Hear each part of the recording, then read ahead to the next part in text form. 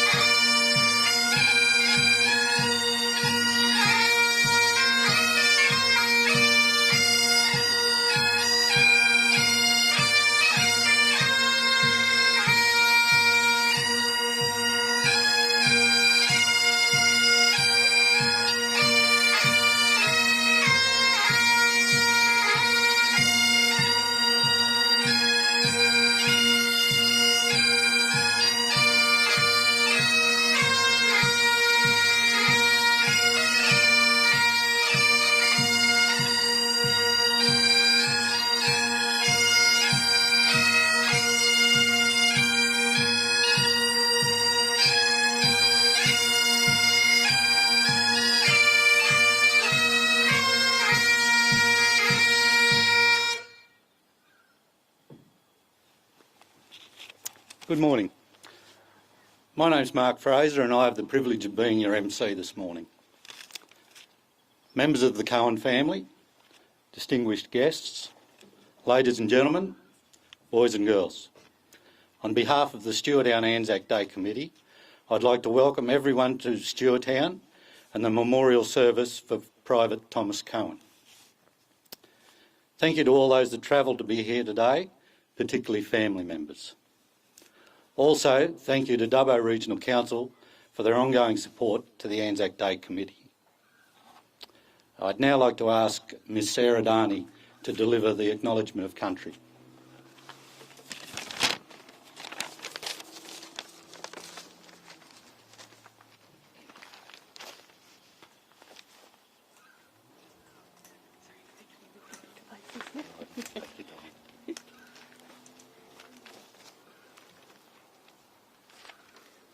Good morning. I would like to welcome you all here today and acknowledge that this ceremony is taking place on Wiradjuri country. I'd like to pay my respects to all Aboriginal elders, past, present and future, and extend that respect and welcome to you all here today. Thank you.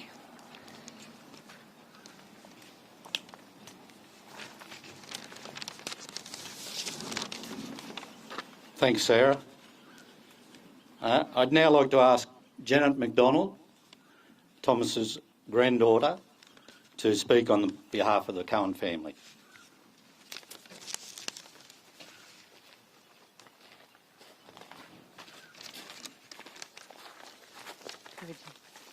Thank you, Mark. Your Excellency, Ambassador Dubbo, Lieutenant Colonel Fletcher, Mr. G, Member for Calais, Acting Mayor Lawrence, Vice President Gray, and all members of the Stuart Town ANZAC Committee and distinguished guests. It's a great honour and pleasure for my brother Robert Hales, my sister-in-law Dr. Dinah Hales, and myself to be in Stuart Town in these rich and beautiful central New South Wales tablelands on this bright autumn morning. Robert and I are the two children of Thomas Cohen's only child, Lilian. Her father, Thomas Cohen, whose memorial service we have here today, and her mother, Mary Lee Cohen, were born and grew to adulthood here in Stuart Town, in the abundant country of the Wiradjuri people, who tended these lands for 20,000 years and more before dispossession by colonisation. And before starting my speech about my grandfather, I would very much like to thank the Stuart Town ANZAC Committee and the Dubbo Regional Council for organising this very touching ceremony.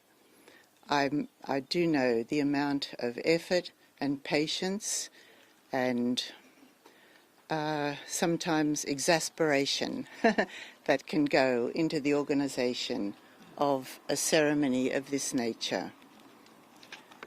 So this morning, as I suppose you know, Robert and I are Sydney-siders, and I'll explain this later. But I've thought about and studied, obviously, the history in order to be able to hopefully make sense of Thomas Cohen's life in this morning. And I think we can understand it in terms of what I would call three Australian stories. And I think three very typical Australian stories, which all of us will be able to associate with. So the first story is, of course, the story of the slaughter of World War I.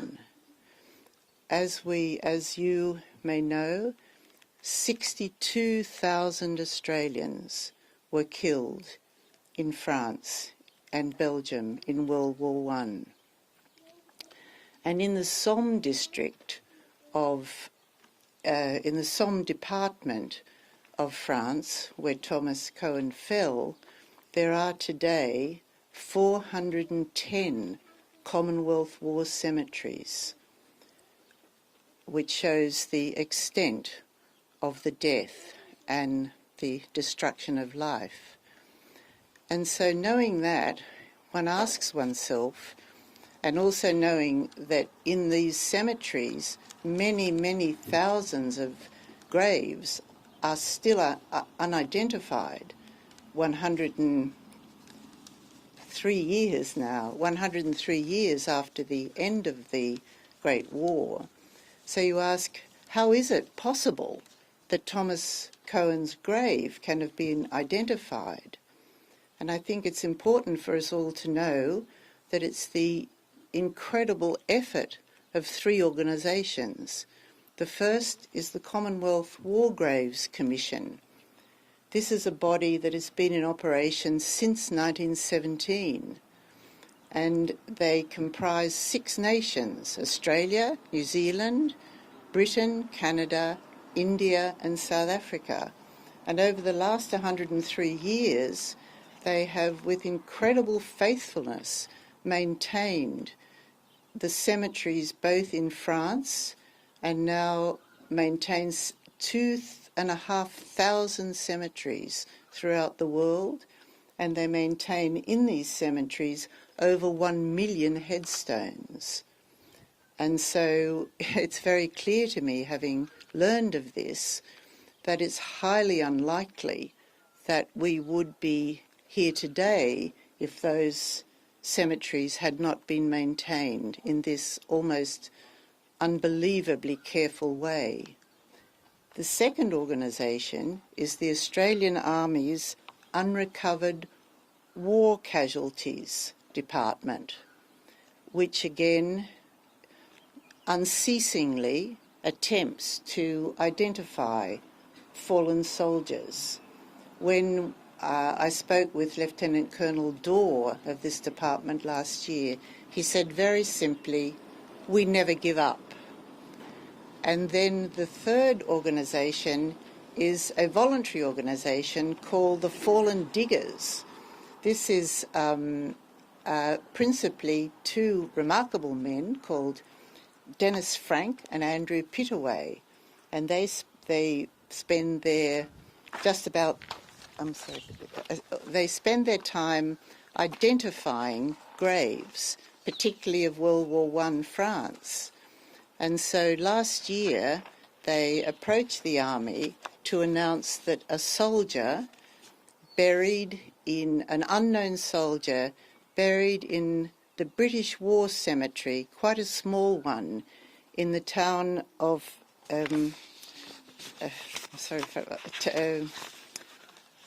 I've forgotten, I'll say it in a moment, I've forgotten the name of it, in the Somme, must be Thomas Cohen.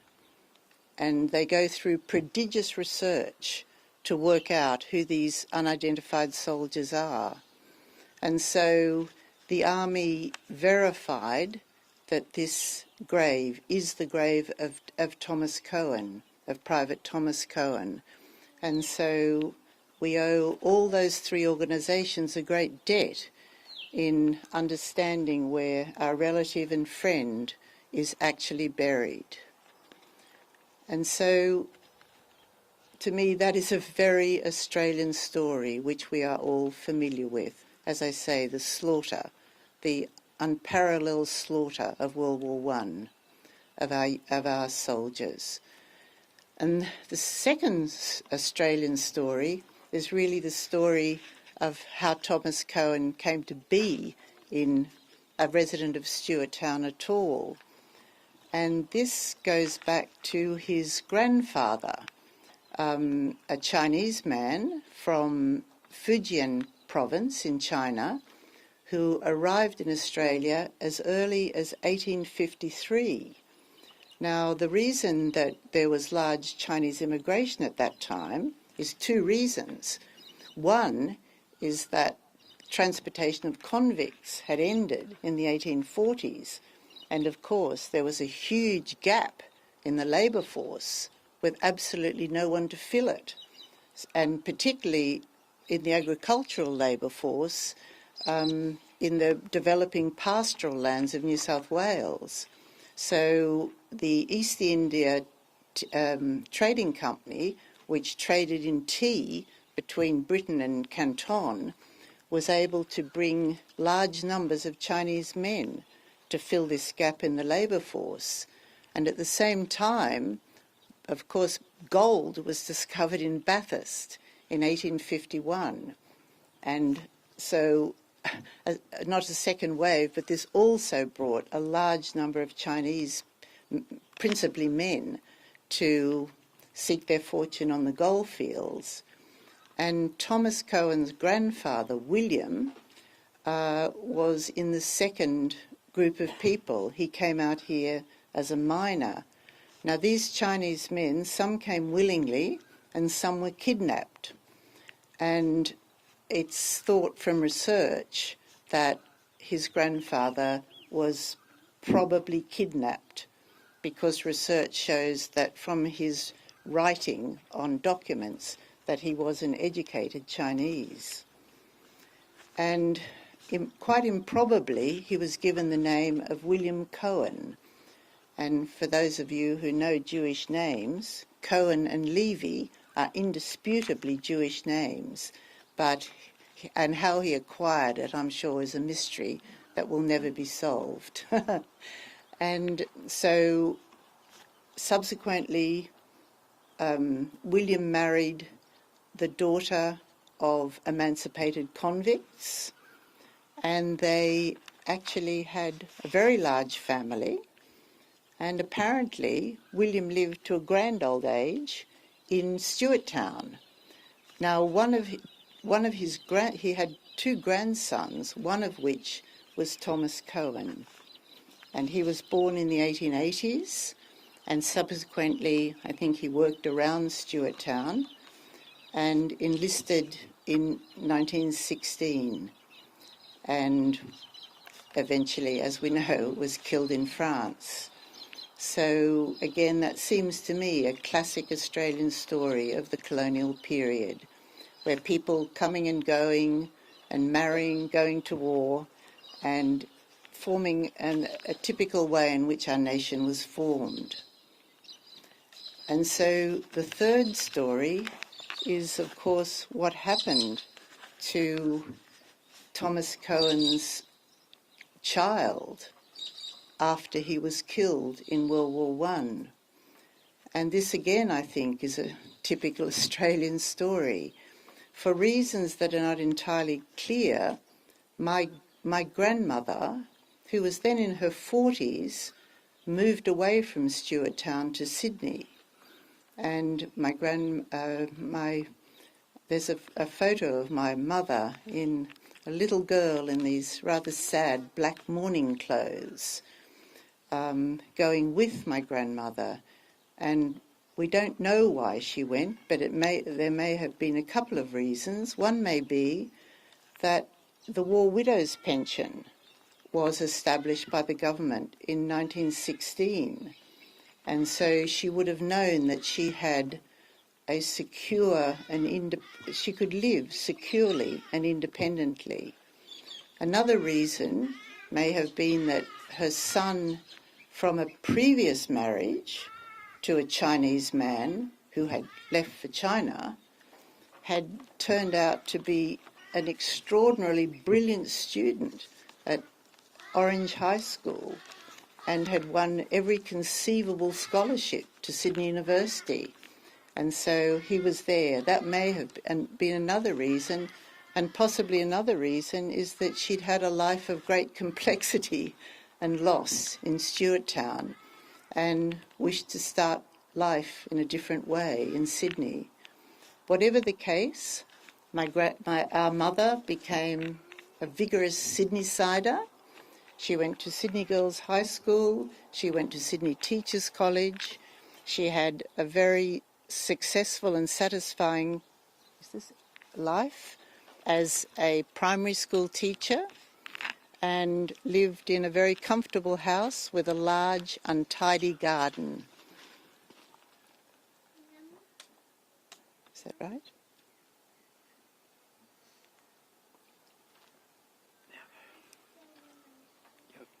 Are we right? And one thing that I mentioned of my mother is that she's fondly remembered many years after her death for this, is she used to make these rock-hard, utterly unusable cakes of soap in an iron pot over an open fire in the garden. And we used to throw them away as soon as we got them home because they were just ghastly, but we all put it down to her very early memories of her childhood in Mookerawa. So I hope that has given you a sense of the life of Thomas Cohen and his context in Australian history of the 19th and early 20th century. And finally, I would like to thank many people who have helped me with this research and with speaking with you today. I'm sorry, I'll just get the page. Right, so firstly, I want to again thank Lieutenant Colonel Tim Dorr from the Army headquarters in Canberra who tracked down my brother, Robert Hales, with the query as to whether it was possible that he might be the grandson of Thomas Cohen, and we thank him for that. Then my sister-in-law, Dr. Dinah Hales, who was an academic scientist, and who in her retirement has meticulously traced our family history with her research skills. And if there's anything you ever want to know, contact Dinah. And then I want to thank Carmel Cohen, who is Arthur Cohen's daughter-in-law. Arthur Cohen was the brother of Tom Cohen, who connected our family many years ago, actually, to the very rich history of Stuart Town and the district. And Carmel has been instrumental in helping our family to speak with you today. And I also want to thank the Stuart Town Bicentennial Committee, whether there are any members here now, for their very fascinating publication, Whispers from Ironbark, which was published in 1988, and the Stuart Town Book Committee, who subsequently published Branches from Ironbark in 1998.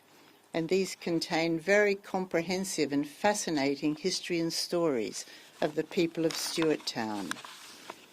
And my last comment is the Ironbark Inn, where we're going to have refreshments. We came to Stuart Town when I was 10, which I remember quite vividly, and we stayed in the inn, which was then the Australia Hotel.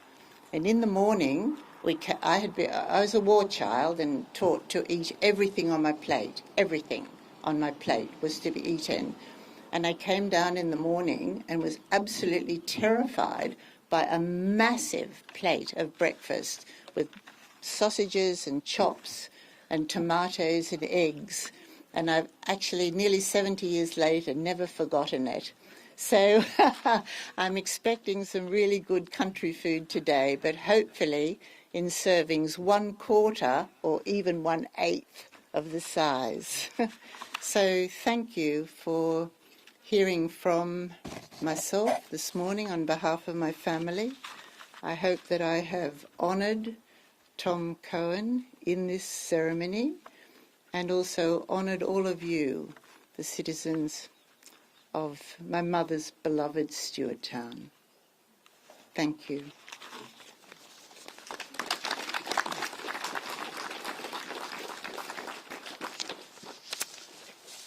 Thanks very much, Janet. I now ask Stephen Lawrence, the Deputy Mayor of Dubbo Regional Council, to come up to the microphone.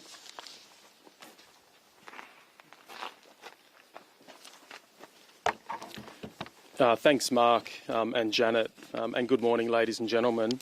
It's my pleasure to formally welcome everybody here on behalf of Dubbo Regional Council.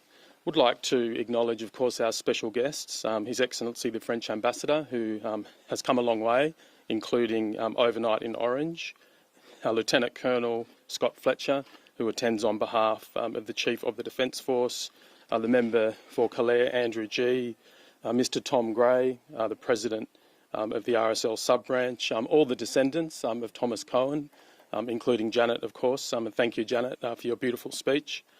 It says something, I think, quite profound about our common humanity, that a man can die over 100 years ago in a country so far away, in the context of a war involving death on an industrial scale, and be buried in an unmarked grave for so long. Yet over 100 years later, there's a memorial service in his hometown, brought about by so much work and technological advancements and diligence on behalf of those who seek to honour and respect and dignify our war dead. We're here, I suppose, because of a lot of random events and coincidences, but it's no coincidence in the sense that Stuart Town has always contributed more than its fair share of soldiers to combat, and that, in essence, is why we're here. That is reflected, of course, in the Anzac Day event that happens here annually that is famous across the region. Hundreds of people come here, including people descended of people that used to live here. And those are incredible events. Dubbo Regional Council is very proud to be involved in this very special event, but I must acknowledge that most of the work, and certainly the work of the Anzac Day events every year, is done by people like Sam McGregor and the other members of the Anzac Day Committee of Stuart Town. Thank you for the opportunity to speak here this morning, and good morning, ladies and gentlemen.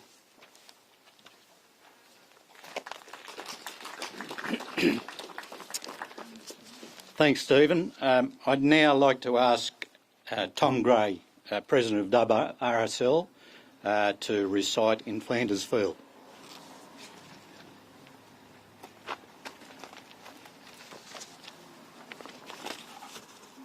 In Flanders Field the poppies blow, between the crosses, row on row. That marks our place, and in the sky the larks still bravely sing, fly scarce heard amid the guds below. We are dead, short days ago. We lived, felt dawn, saw sunset glow, loved and were loved, and now we lie in Flanders Field. Take up our quarrel with the foe. To you from failing hands we throw the torch, be yours to hold it high. If ye break faith with us who die, we shall not sleep, though poppies grow in Flanders Field.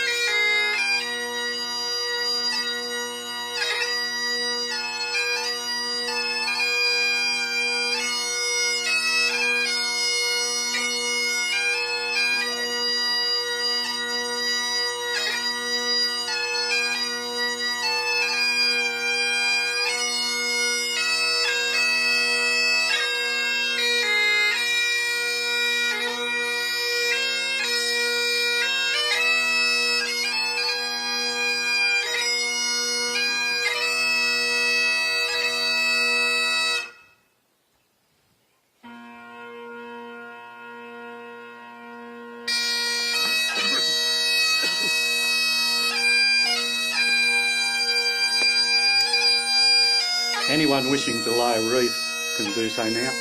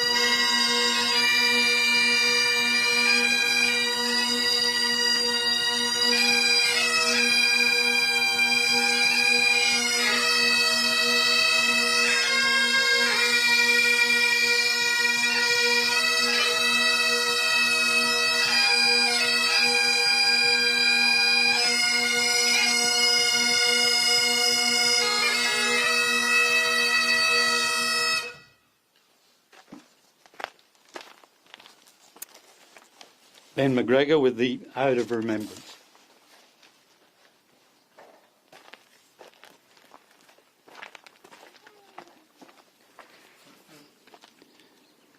They shall grow old. They shall not grow old as we that are left grow old. Age shall not weary them, nor the years condemn. At the going down of the sun and in the morning, we will remember them. Lest we forget.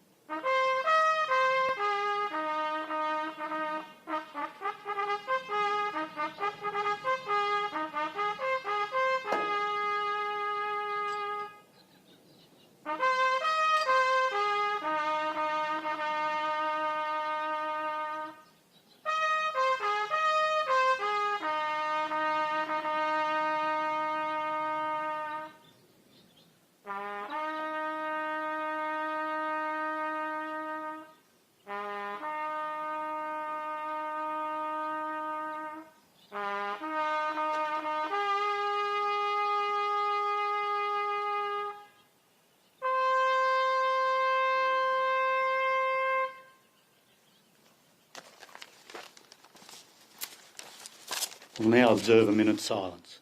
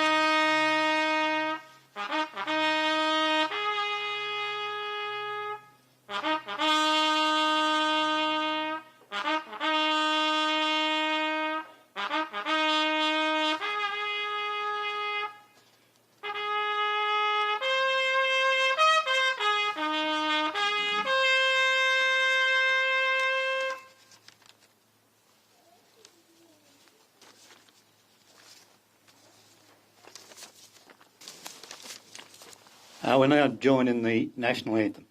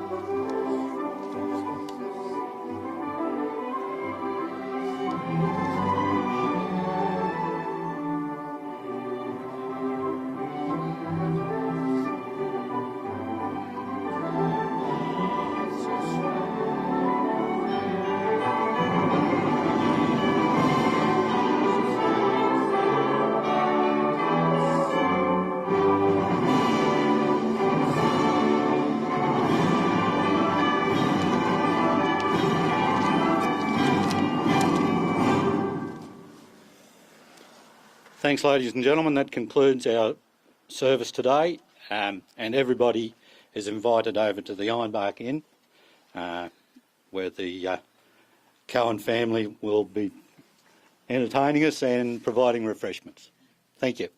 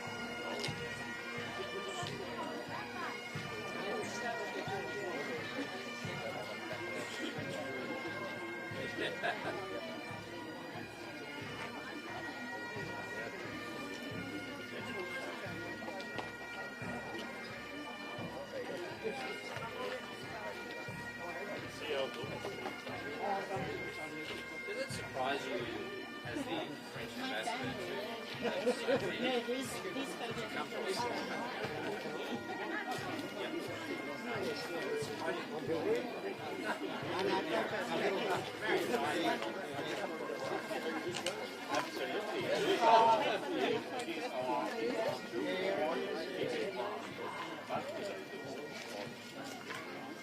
I'll just